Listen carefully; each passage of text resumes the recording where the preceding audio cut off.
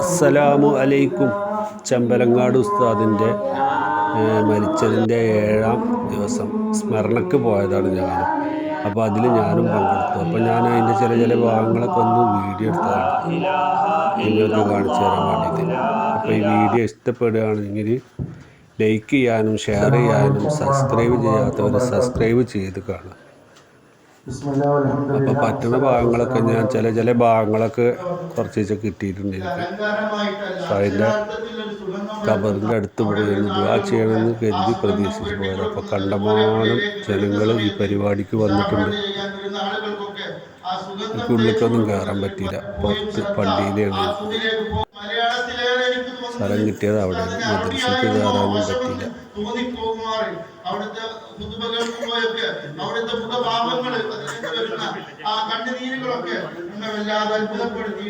ഒരുപാട് ജനങ്ങൾ നമ്മളെ കുടുംബക്കാരും നാട്ടുകാരും കൂട്ടുകാരും ഒക്കെ ഉണ്ട്. കുറേ ആൾക്കാരൊക്കെ കണ്ടു, കുറേ ആൾക്കാരെ കാണാൻ പറ്റിയില്ല.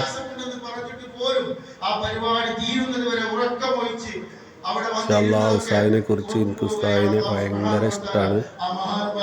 ഉസ്താദിനെ എനിക്ക് എന്തോ ഭയങ്കര ഇഷ്ടമാണ്. ഞാൻ ഉസ്താദിൻ്റെ പരിപാടിക്ക് എല്ലാ ശനിയാഴ്ചകളിലും അവിടെ പങ്കെടുക്കലുണ്ട്. പറ്റാവുന്ന ശനിയാഴ്ചകളിൽ കുളിപ്പിക്കാനുള്ള ആൾ ഇവിടുന്ന് പോയാൽ മതി.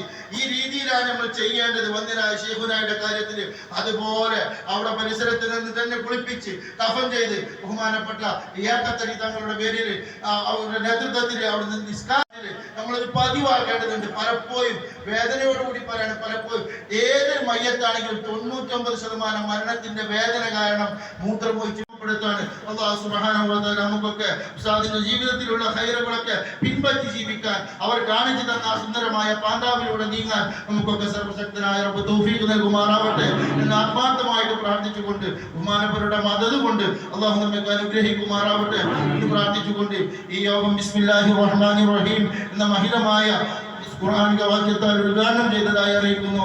വാഹിർ ദഅവാന അൽഹംദുലില്ലാഹി റബ്ബിൽ ആലമീൻ. അസ്സലാമു അലൈക്കും വറഹ്മത്തുള്ളാഹി വബറകാതുഹു. ഉസ്താദിൻ്റെ ഒരു ശിഷ്യനാണ് ഇപ്പോൾ പ്രസംഗിച്ചത്.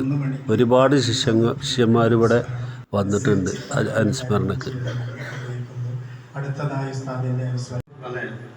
ഉമർ റളിയല്ലാഹുവിന്റെ മകൻ അബൂ ഷഹ്മ എന്ന കുട്ടിയുണ്ടായിരുന്നു. ആ കുട്ടിയെ മഹാനവറുകൾ വ്യഭിചാരം നടത്തിയതിന്റെ പേര് കൊലപ്പെടുത്തി എന്നുള്ള വയതൊക്കെ പറഞ്ഞ് നീട്ടി വയത് പറഞ്ഞിട്ട് മസ്മന പറയാ എന്താണ് എവിടുന്നാണ് തുടങ്ങേണ്ടതെന്ന് അറിയില്ല. 10ാം ക്ലാസ് കഴിഞ്ഞിട്ട് പാതാറ്റരിയിൽ നിന്ന് ചെമ്പരങ്ങാട് എൻ്റെ ഉപ്പ എല്ലാ ശിഷ്യന്മാർക്കും ഒരുപാട് അവരെ ജീവിതാനുഭവങ്ങൾ പറയാറുണ്ട്. ഞാനും ഉസ്താദിനെ കണ്ടതിന് ശേഷം എനിക്കും ഒരുപാട് കഥകളുണ്ട്. ഞാനത് ഒന്നും ഇവിടെ വിവരിക്കുന്നില്ല. എൻ്റെ ഉമ്മയുടെ കൈ പിടിച്ച് ഞാൻ ഈ മദ്രസയിലേക്ക് പോക്ക് തുടങ്ങിയതാണ്.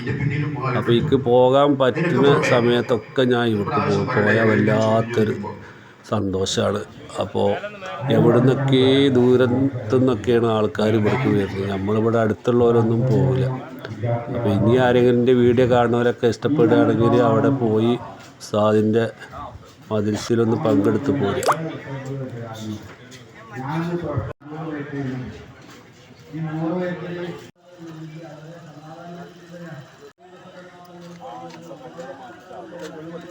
പിന്നെ ഇവിടെ കൂടിയവർക്കൊക്കെ എല്ലാവർക്കും ഇവിടെ ഭക്ഷണം നല്ല ചിക്കൻ ബിരിയാണി എല്ലാവർക്കും കൊടുക്കാനുള്ള സംവിധാനങ്ങളോടെ ചെയ്ത് എല്ലാവരും മദ്രസ കഴിഞ്ഞ് പോകുമ്പോൾ എല്ലാവർക്കും കൊടുക്കണം.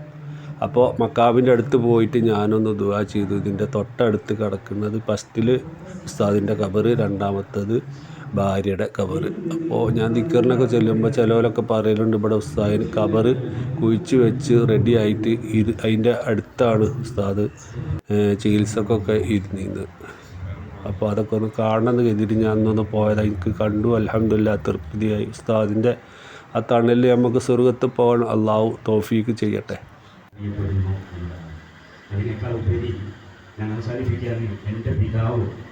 എൻ്റെ പിതാവ് ഈ ലോകത്തെ ഏറ്റവും വന്നത് അന്തിമ തീരുമാനമാണ്. ഒരു സുപ്രീം കോർട്ടായിരുന്നു. എല്ലാവരുടെ മുഖത്ത് നോക്കുമ്പോഴും ഒരു വല്ലാത്തൊരു ദുഃഖവിഷമമായിരുന്നു. അത് എനിക്കും ഉണ്ടായിരുന്നു. എൻ്റെ കണ്ണിൽ നിന്ന് വെള്ളം ഒരുപാട് പൊട്ടി. കാരണം ഞാൻ ഉസ്താദിൻ്റെ കയ്യിൽ പിടിച്ച് കുറേ സംസാരിച്ചതും എൻ്റെ വീട്ടിൽ വന്നതും